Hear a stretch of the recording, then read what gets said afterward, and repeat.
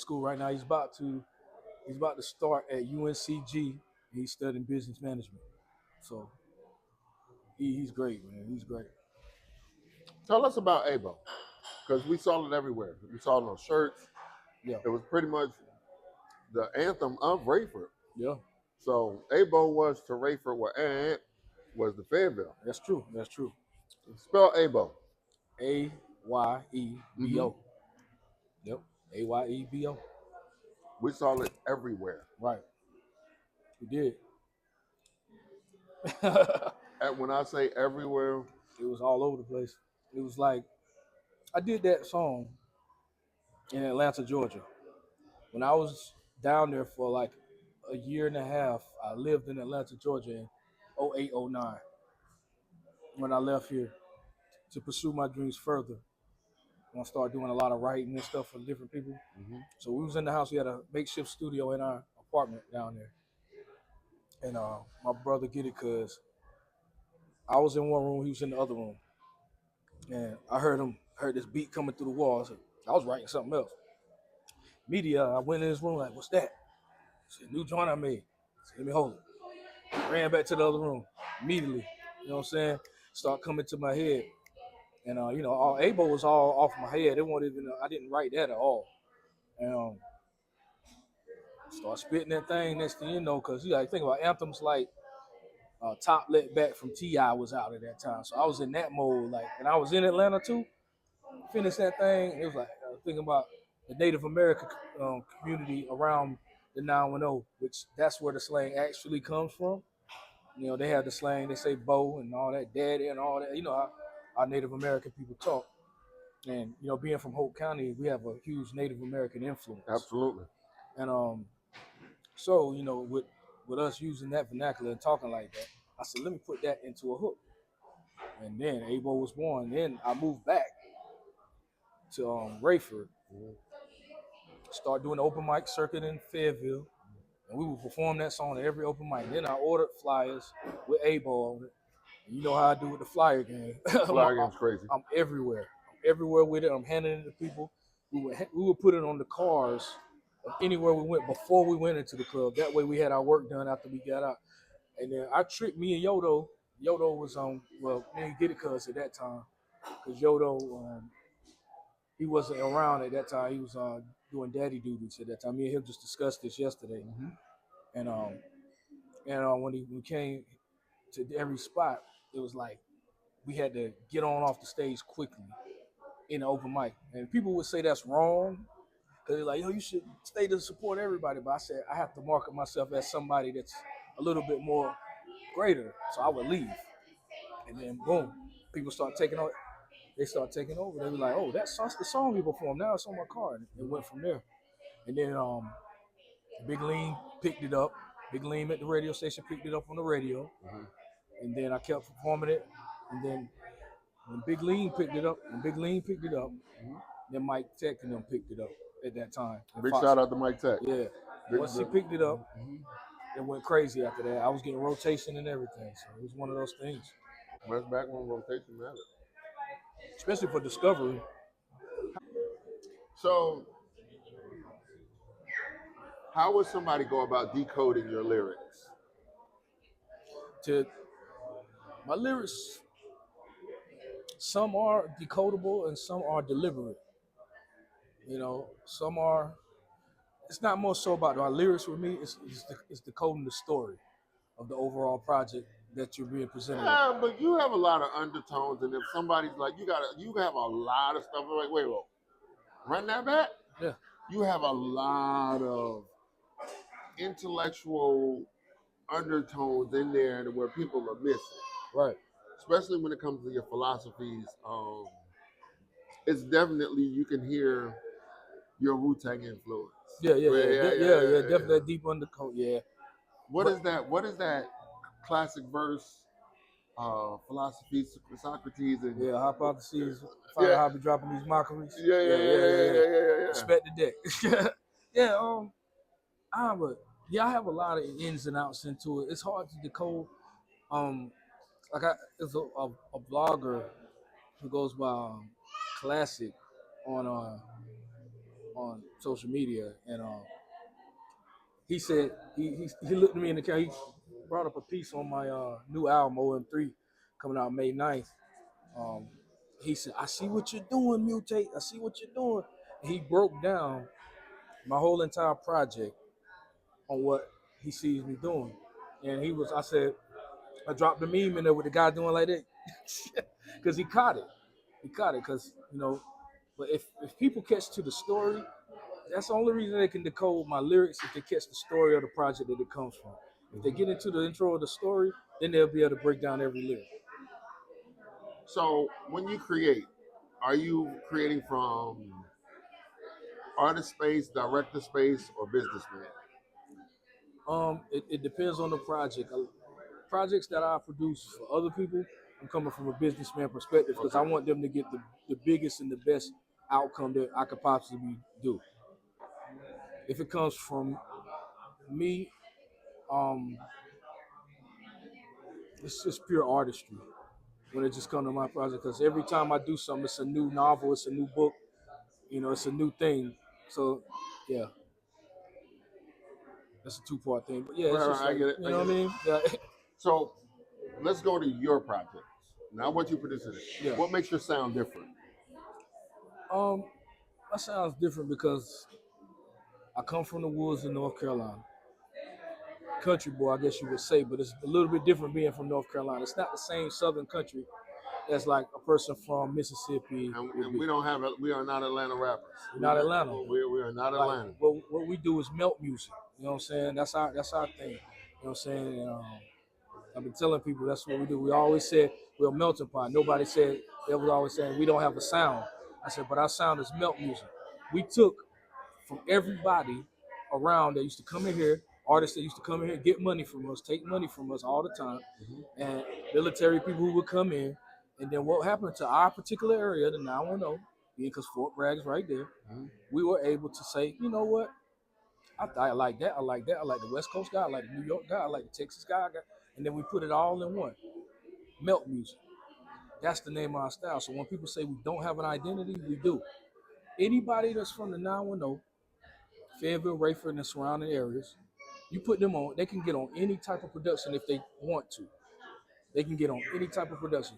You can put me on a West Coast beat and I still thrive. You can put an artist like Carolina Slim. You can put him on, you can put him on a down south beat and he's still gonna be Carolina Slim. Now, you can't necessarily do that. A West Coast artist may not sound good on a New York. Carolina Slim. Yeah. He's him. Oh yeah, he good. So he's hit. He's good. He's there. Hey, that guy is amazing. He's always been special, man. Always been special. He's a great storyteller. Is he? Yes. Yes. So that's my thing. And that's now, melt music. Now let me throw this on you. Who would you say is your number one outside of yourself? Yeah. In the 910 all time, who would be your number one rapper of all time? Out of the 910. Ever. All time. My number one rapper? Because I have mine. You got yours? I got mine. My number one rapper, rapping wise, is Antoine Hill. Okay. DJ Yoda. Hands down. He just don't choose to do it enough. He's the coldest. Now I'm telling you right now, people, man, not just because that's my people. He's just the coldest. He's the coldest one. I'm telling you right now. So you want to know mine? Go ahead. Frandy. Frandy's good. Frandy's phenomenal. Frandy's good. Frandy is phenomenal. I wish he didn't stop. I like. Have you seen him lately? No. But you know what? What? But fun fact. Couple of projects ago, PFG. He featured on one of the PFG projects a couple of them back. You gotta find it. Yes, he is. It's out right now. And I love PFG. He said, hey, I love Friends on it. Listen, I forgot which record. But Fran, I think Fran was before his time. I mean, total package, man. They was the blueprint to everything that a lot of people was trying to do before. They had everything going for them. You know, rest in peace, Spunk. Yeah, rest in peace. Rest in peace. he was a game changer for the culture. Right. And they threw the parties, they did this, they were that unit. They were had that business unit. spaces, street spaces, Yeah. other spaces. And Like I didn't you wanted to be at a total I package didn't party. realize how Spunk was so connected to Queens and Nas and all them. That's his cousin. I didn't even know. Yeah, that's his cousin. Yeah, so when you see those, like that was total package was a movement. I remember being at the parties at um I remember being at the parties, and I remember it being packed. Total package, DJ Fats on the ones and twos. Mm-hmm. That was a part of my party. Like I'm 48, Yeah, so yeah. I partied in With the time yeah. of Total Package, where guys is getting tattoos that say Total Package Yeah, and yeah. everything. It was a great movement. Right, right. It made a lot of businessmen, Right. and it made a lot of stars in rap. Mm-hmm. It was an influence. It was not. One of the things that doesn't get said enough about Total Package is that it wasn't all street. There was some other aspects of it, the culture and what it produced here. Yeah. It's definitely can't go understated. Think about, like, shout out to Rob, shout out to, Mike, Puerto Rican Mike, we used to call him, J. Cove, Now, wait a minute. That's so Rob and Mike, let's get this clear. Yeah. That's Money Gang. Mm-hmm. Yeah. But they all did. They all work with Tough Rap. You know what I mean? All of them work together. All of them work together. And, Big Cass. And then, Rain, I don't think he was with them, but he wasn't ever with them. He was the little guy. Yeah, you can't even talk about hip hop without talking about Rain. Yeah. And let's go to this. Yeah. Bomb Shelter. Mm-hmm. They are, rest in peace, Filthy. Rest in peace, Filthy. That's the first guy that brought me into the Fayetteville rap scene. Yeah. He brought me to the shelter. Bomb Shelter was Fayetteville rap scene. Mm-hmm. That was, and let me tell you one who don't get enough respect though. I know who you about to mention. I know who you about to go ahead. My boy, Black Watch. Black Watch. I know. He don't get my dude don't never get much respect, and I think he should, man. Another guy who was big back then who don't get enough respect is Cap L. I don't know if people remember Capital L, but he was from here too. Okay. But he was more outskirts, but he was, kind of like me. He come in and do a lot. He was crazy, but Big Black Watch, and he's still going right now. Black Watch is a lyrical assassin. Yeah, like a great actor too. Lyrically, he's a problem. Yeah. Young Cakes. Yeah, Cakes. That's my guy. Oh, and I told Cakes the other day. I said, Cakes, you were the DMX of Fayetteville. Yeah.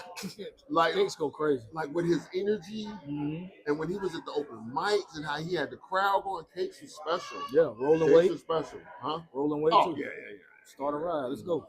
Rolling Weight was the best example of business execution. Yeah. At that level, he had the vans. Yeah, he had all that. Rolling Weight, we knew about BMI and all of that. Like before people were talking about. He's doing engineering now. Yeah, he is. Yeah, but he recorded my project. Like his business mind was different. Mm-hmm. I tell you another guy who everybody respects from the street. He don't get a lot of it. Yada man. Yacht. He did the joint with Gucci. He did the joint with Gucci. Like yeah. Huge. So, shout out to all them guys, man. They put the foundation down for this, what it is. And, people just got to take it forward from here. So, you said Yoda was yours, Frandy was mine. Mm-hmm. Where's hip-hop going in Fayetteville now? Because J. Cole has done something that is unheard of. Yeah. Like you could arguably say he's the best rapper alive. And that is a good argument to be in. Nobody's gonna be like, people like, You gotta think about it like this. If the old big three was Biggie, Jay-Z, and Nas, and the new big three is Drake, Kendrick, and Cole, then he's in the top 6. So he's in the top 10. So arguably, yeah, he could be the best rapper alive. Oh no, yeah. So I am biased because I'm a music person and production matters to me. And so, but Cole did one a cappella, and I saw it on YouTube, and I was like, oh, like the wordplay was. He's been sick for a while. The wordplay was great. So I enjoy the essence of having great hip hop artists. Like I feel like Fayetteville could go anywhere in the world and compete when it comes to hip hop artists. We have an arsenal of great, phenomenal guys, and Speaking of that, when you talk about exposure, we got to give a big shout out to Mark Mayer, because Mark will come together, bring a bunch of artists together, shoot it, and just really give that exposure to Fayetteville hip hop to let people know, like Keem Jones. Keem. He gives a lot of media. In the media space. It's a lot of the media. That's one thing that we used to try to have, but I think that Fayetteville and our area has mastered now a little bit better is the media space for someone to be able to tell the stories of these rappers. But the only thing that was missing back in the day from the rappers is we didn't have nobody to tell the stories we was telling to get it to the world. You know what I mean? Now we have King Jones collection. We have the Mark Maris is putting stuff together. We even have the Let's Kick It 295s and Views from the Ville, those type of entities that's now putting the whole thing together to tell the stories of what's actually going on in the city. That's the difference with what Atlanta had, what New York had. Atlanta had TBS and all those bigger media outlets, media companies that became billion-dollar companies. We didn't have that per se. So we have the internet now, right? So that makes a big hit. But we also cannot do this without the brother that did Quicksand. Moray. Yeah. And Quicksand was it. Yeah, especially in and what I would say about him is that he was so personal. Yeah. Like he was like, that's my cousin next door. Yeah. Like he had a really hometown good, feel. Like right. Like I used to love to see the kids running up to him and so he's iconic. Yeah, he's very so. I like what he's doing now because he took the reins in his own hands and got away from the company. Because the company that he was with stifled him, slowed him down from being who he could be. You know how Majors is, the politics, everything. And now he's independent doing his thing. And I think he's about to be on the comeback real crazy. Yeah. He gave real good family vibes. When I say he wanted to work with everybody, coming through, like I enjoyed watching his career blossom. Yeah, I enjoyed watching him grow and things of that nature. That was a really, really dope moment in Fayetteville hip hop. And we definitely got more to come. You know, so you got the PFGs that's on his thing right now. A lot of artists on their thing right now, and I just feel like that the area is gonna be the biggest area that has ever blossomed. It's kind of like, you remember that time when New Orleans finally blew up, like boom, Juvenile, all that. Like Master P was the man. I'm 48. Yeah, yeah. So we remember when to make them say, yeah, because it was the East Coast and the West Coast, and the next thing you know, New Orleans just had it. So it was East Coast, West Coast, Atlanta, Texas, and then but Texas and New Orleans kind of hit at the same time. Yeah, well, people say Atlanta, but the true Atlanta thing, people always bring Outkast. Outkast wasn't, they were Atlanta, but it wasn't like the Atlanta movement that people start coining it for whenever like the T.I. era came in. I would absolutely disagree. And the crunk. I think Atlanta hip hop is built on the back of Outkast. Well, no, I don't disagree with that. But what I'm saying is, when it became the Beat Meets era, is what made Atlanta become Atlanta. Outkast didn't have Jermaine Dupri. If that's the case, Criss Cross. You know but listen, but no. Criss Cross would be would more be deemed as yes, it was hip hop, but it was mainstream hip hop. Right. So you wouldn't you would do Criss Cross in the same era as you would MC Hammer or Fun. Also, or you would do Criss Cross in the same space where you would do Fresh Prince or MC Hammer. Yeah, I do kind of agree with that, but I would say Outkast was the pioneers of Atlanta. But whenever everybody from around wanted to come down to Atlanta to get on, that was the Big Meats, Jeezy, T.I., Young Bloods, Crunk era. After that, that's what everybody thought. Because the boutique labels other than So Def started becoming those companies. You know, the QC and all those tight together. But with So Def had a different, take to it because they started out, with the artist, the type of artist that they have. We really don't know So Def for having Atlanta street music. That's true. In Atlanta, like Outkast was Atlanta street music. So Outkast would be the foundational elements of Atlanta street music, versus So Def was more entertainment. So you saying So Def would be more pop?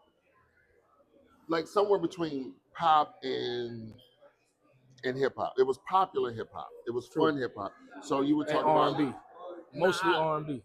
I wouldn't say, but so you Escape? got Jagged Edge? right, but Escape and Jagged Edge R&B, but Crisscross was still hip hop. But you would put Crisscross in the same genre as like a Fresh Prince, you know, that fun type, or Leaders of the New School.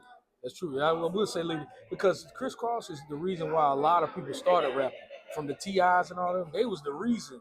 They said, man, we see these little dudes that's the same age as us. Man, we want to rap too. Now, BMF yeah, opened the door to Atlanta. That's what the trap street. That trap music or whatever. They really did. So, and they put a lot of money on. Put a lot of money into these rappers' pockets to make them be who they are. Right. Then you have, like with Outkast, when he said, true, I got more fans than the average man, but not enough loot to last me to the end of the week. I live by the week like you live check to check. If you don't move your feet, then we don't eat, so we like neck to neck. For sure. Yeah. Or he had the other verse where he says, "Oh, we ain't got no problem. I'm just moving the steering wheel side to side like a slough." Right? You know, being from Jersey, you still in the car. Right. I got it. Right. You know? We went down to visit the dungeon too. Me and my boy Rudy, man. We went down to the dungeon, to the house a couple of weeks ago. And we did not realize it was one of the biggest federal prisons. It was right there near the dungeon the whole time. Was it? Like the biggest federal prison. And it was in Georgia probably. It looked so creepy and spooky. It's crazy. So a lot of those stories they was telling probably stem from being that close to that. But it was a nice neighborhood. It's an Airbnb property, so I got to come live there one day. Check it out. Yeah. So, talk about your direct-to-fan stuff over streaming. Because you were showing me something. Yeah, I was showing. Yeah, this right here, man. It's what the new album's coming on. It's called a Mutate content card. And this is my trading card addition to it. It has the Welcome to Starland characters on the back of it and everything like that. Because we want to get into the space of Pokemon trading and stuff like that, because that's a big business. So I created my own. You know who started doing that? Who did? Who did it first? Who? David Banner. Oh, you did? Yeah, remember when his packaging? Yeah, David Banner was ahead of his time. David Banner's a genius. We was just bumping. We were bumping the first album, Mississippi. What was the name of it? Baptized in Dirty Water. That was the second one. No, hear me out. But those are crazy. Nothing he did behind the mic is bigger than what he did in business. Oh yeah. Because like he was innovative in that space. Wasn't he here a couple weeks ago? Yeah, he was. Yeah. I got to meet him. Phenomenal speaker, very passionate, a lot of energy. All aces around him. David Banner is that dude. He's not just hip hop; he's the culture. Yeah, I'd love to meet him one day. Yeah. I still want a beat from him. He still slap. Them beats is crazy. His production is crazy. Yeah. So, talk about your music, your cartoons, and the Fashion Connect. Well, my cartoon Welcome to Starland. We just put that out in March, and it's doing very good on YouTube. It's growing, and we're taking a snail's pace. I'm not looking for the astronomical numbers because we're doing the due diligence and collecting the data to make it grow even more. It's going to branch off into kid parties and things like that, and all types of stuff. And that's just a passion project of mine that I always wanted to do, because everybody always said I was so animated and wearing colors and stuff. So me and my people put it down a long time ago, a story about this kid that inherited a theme park from his grandfather, who owned a funeral home. Now, the funeral home, they thought they was going to inherit that when he passed away, but he surprised them and he ended up inheriting the theme park. So now you got this 15-year-old kid who's trying to manage a whole entire theme park business with his gang of friends. You know what I'm saying? His family. And it's a story of dealing with. Are you going to make that a children's book? Yeah. It's going to be a coloring book as well too. I think that's with the space of literacy, promoting child literacy and things. I think that's big. But go ahead, I Yeah, cut you off. yeah, yeah. That's what that was all about. That's the first cartoon that's on my network that I'm building called Mutate Network, Right. and we're gonna be producing a lot of shows up under that umbrella, from live action movies, which we're producing a movie with Dante Ray who plays Sherman on the Country Wayne skits, um, a movie called South of the Border based off of the theme attraction down the street on 95. And we're producing that movie this summer, so that's going to be a part of the Mutate Network and Wood Boy Films. And we're just going to that, building that. And through that, everything for us clothing is Mutate Cloth. It's the merchandise hub for everything that I do. You know what I mean? Also my collection hub. So yeah. If everything was to reset tomorrow, what's your next move? If everything was to reset tomorrow, like start over, I don't have anything. I'm Right. just You had a total reset. total reset.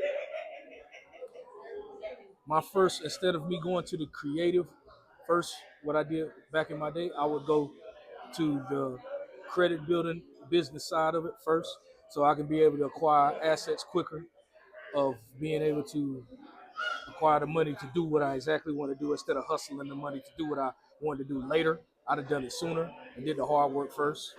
And that's what it would. That's the only thing I would really change is that part. So your children are 6, 7, 17, and 20. Mm. Let's say all of them are above the age of 30. What would they say about your music? If they went back, put the headphones on, and said, "We're gonna listen. We're gonna spend this Saturday, and we're just gonna listen to Dad's music." They would say, I seen them. I'm listening to my dad, and I see, for one, pieces of myself. And for two, I seen a little boy go from a boy to a man to a king to a god. And that's what they would leave with. And they'll ride off into the sunset happy with Lamborghinis, Bentleys, and big houses. You know what I'm saying? And I'm going to the heavens, you know what I mean? I'm out of here, you know? So that's the whole point. It's just to be a beacon for them to be able to do whatever they want to do and dream in their life. And hopefully I can help everybody that I work with, family, be that as well. And their lineage as well. I want to be the beacon for that. My goal is to be the painting in the big house that's left here. And everybody's looking at it. That's him. He the one did all this. You know what I'm saying? We talked about your parents. Yeah. We talked about your wife. We talked about your children. Mm-hmm. What does Rayford mean to you? Rayford means to me, it's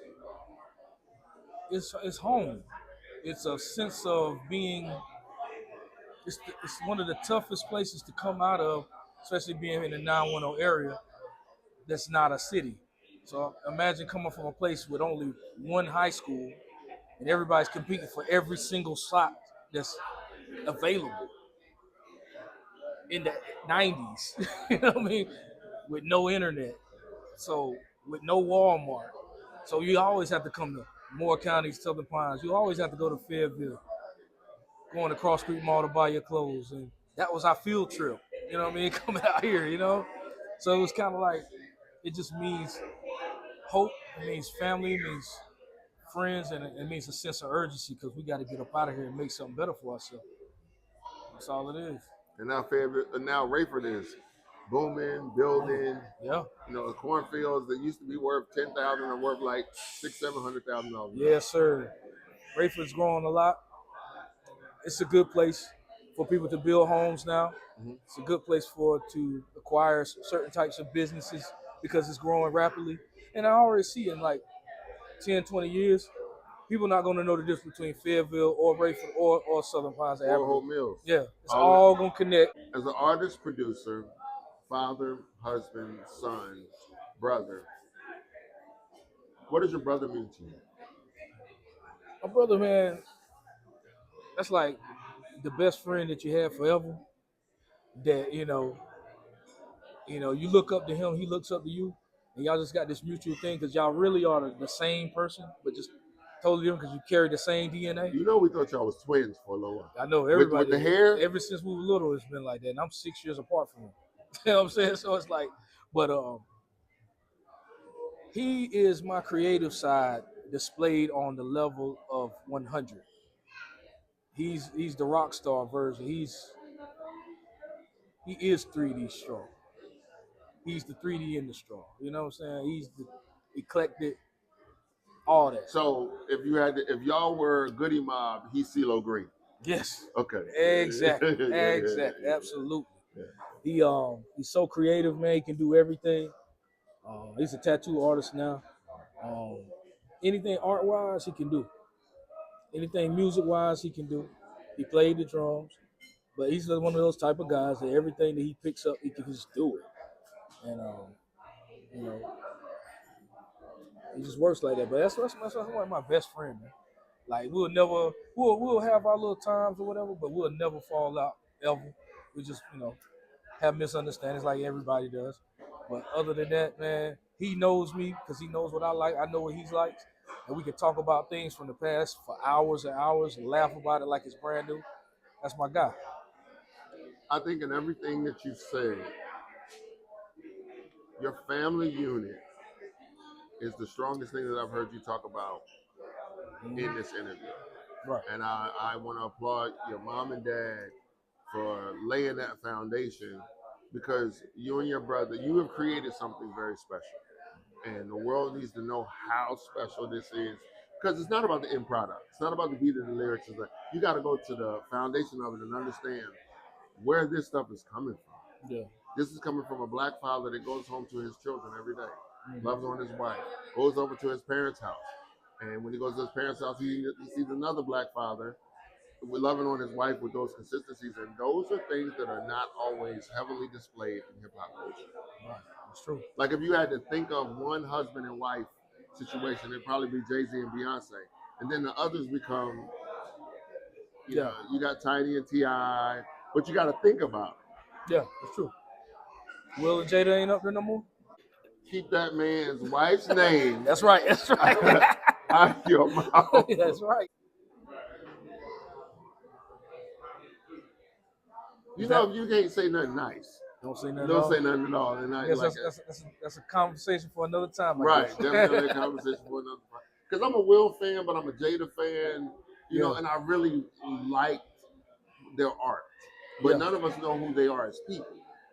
Still don't. Yeah, right. We don't know if they're cosplaying as themselves or nothing. Right, we don't know. Right. So it's one of the things. So if we had to, if wrapping this up, if you had to tell the people in 15 seconds something dynamic about you that will make them want to follow you, listen to your music, what would you tell them?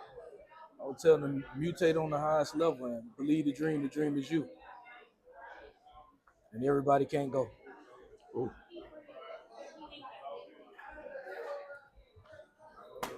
My dog.